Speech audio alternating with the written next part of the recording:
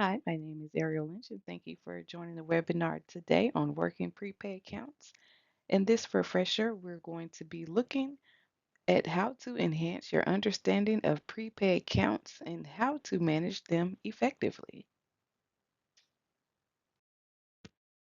In this webinar, we will define prepaid accounts, explore benefits and challenges of working these type of accounts, discover strategies on managing prepayments, and learn how to mitigate the risk associated with prepaid accounts. So, what are prepay accounts and how can they be identified? Prepay accounts are agent risk accounts. Agent risk accounts are set up for customers who are not credit approved.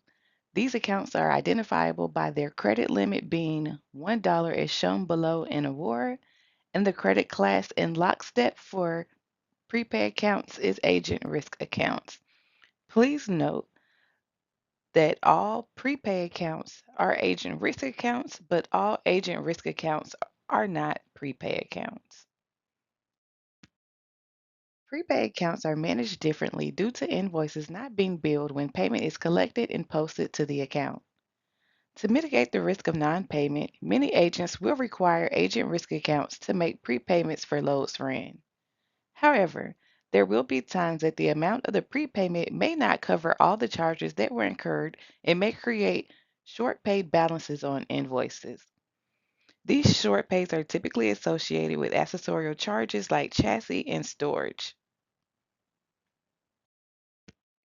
Majority of prepayments are collected via credit card. As you can see below, this is an example of our credit card form that is sent to customers to make their prepayments. At the top of the form, they would enter in their company information, so you'll get the person who made the payment and the name of the company. Down below is where they will give a description of what they're prepaying. So you'll either see an Evans Pro number if they have that available, or you may see the container number. And then over to the right, you'll be able to see which amount they're paying for each of those containers, and we get a total. So for this prepayment, we can see the customer has prepaid 3 containers, which will most likely result into 3 invoices being later billed on the account. And they're paying $6.50 for each of those containers. When you receive a new account that is agent risk, always double check unapplied cash for prepayments from your customer. There are times when a customer may issue a prepayment for a load, but does not have a bill to code with Evans at the time. When those payments are received, the money is placed in unapplied cash. As shown below, the cash team will provide all available information they may have related to that payment. So you'll see here, they have a paid by. That's where they will enter in the customer's name. If the customer's name is not available, they will enter in that payer's name from that credit card form. They'll provide a bill to code if they have them. You can see the check or wire details, the date it was received, the amount, and if the collector is new. So typically when you see new here, this is saying this is a new account code and there's no collector assigned because there was no activity on the account. Last here in the very last column, you'll see apply to. They'll show you where those payments were applied. So that way you know where to go and find your money. If it was posted to an invoice, if not, it was kept in unapplied cash, and you can enter an adjustment to move the money to the correct invoices once billed. Let's check out some best practice advice for prepay accounts. When payments are received, it's best to have the cash team post a prepayment to a newly closed invoice on the customer's account. That way, your customer's prepayment will show as a credit and not a possible short pay for a recently billed or open invoice. If you can, try to use the same pro number or invoice number if you have received multiple prepayments within the same time period. Doing so will prevent having multiple credits spread across the account, and it will also help with your aging. Depending on the size of an account, managing prepayments can become difficult. Due to receiving so many payments before invoices are actually billed, you could easily lose track of where those payments belong. It's always recommended that you keep a spreadsheet of those prepayments to help reconcile your customer statements easily. So below, I created a spreadsheet that details what customer made the payment, what they were paying, whether I have a pro number or container number. I will include the amount being paid, the date it was received, and most importantly, where that money was posted. So in the future, when the agent bills an invoice for container 50878, I'll know exactly where to find that payment that the customer made and to be able to enter an adjustment to apply that money to the correct invoice. So always make sure you're keeping detailed information of where these payments are being posted. You don't want them to just get thrown on any invoice on your account. So when it's time to actually move the money, you have no idea what was paid and where it was supposed to go. Keeping a detailed spreadsheet like you see below will help you eliminate those issues. Adjustments should be entered promptly once the invoice is billed to prevent balances from accumulating on the invoice. Any discrepancies, such as short pays, should be addressed with the agent immediately. The agent is responsible for collecting payment on any differences, preferably by credit card. If the short paid balance isn't collected timely, the agent should be deducted. Once the third request has passed without resolution and or the invoice ages to 60 days, the invoice is now subject to agent deduction, providing the agent has been kept informed of your collection efforts.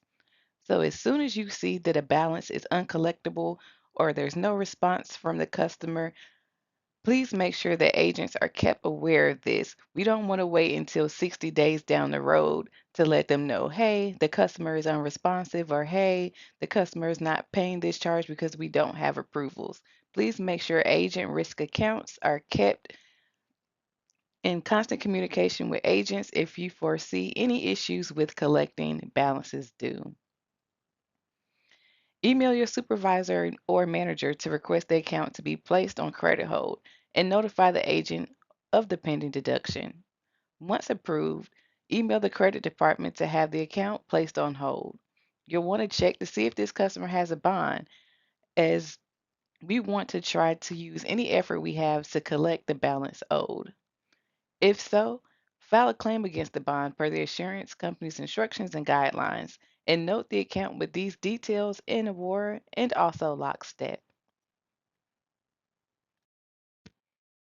How do we manage the risk of not collecting on these agent risk and prepay accounts? Be proactive. Run Report 3 titled Agent Summary in SSRS. Once you export this file to Excel, filter the credit limit column for all accounts with a 1. These are your agent risk accounts that require constant monitoring. When you're assigned an agent risk account, be sure to reach out to the customer immediately. Reaching out early not only introduces you to the customer, but also allows you to verify if we have accurate and responsive contacts on file before any invoices are past due or short paid.